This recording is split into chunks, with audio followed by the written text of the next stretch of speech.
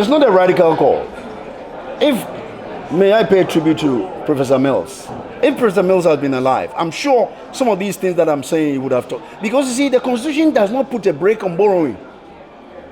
And when we borrow, we can borrow and borrow and borrow. The debt GDP ratio is 107%. I mean, which country? Which country? I think the whole Africa, we are the highest. So I'm saying that, I'm agitating that the parliament or whoever is in charge begin to think about putting a debt cap or debt limit like the Americans, so that when you get to a certain 50% of the GDP, you have to go and amend the constitution before you can spend.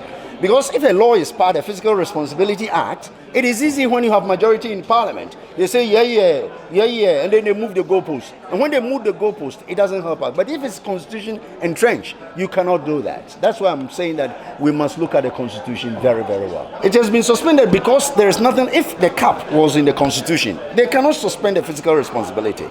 Because you need to go into the constitution, amend it before you could have done what you did. But because it's a law passed with majority, they can easily get over it. But what I'm saying that entrench it in the constitution, put it in the constitution that, and I told you, literature has shown that developing countries should not have more than 50%. The developed countries should have 60% of their prudential limit of 60%.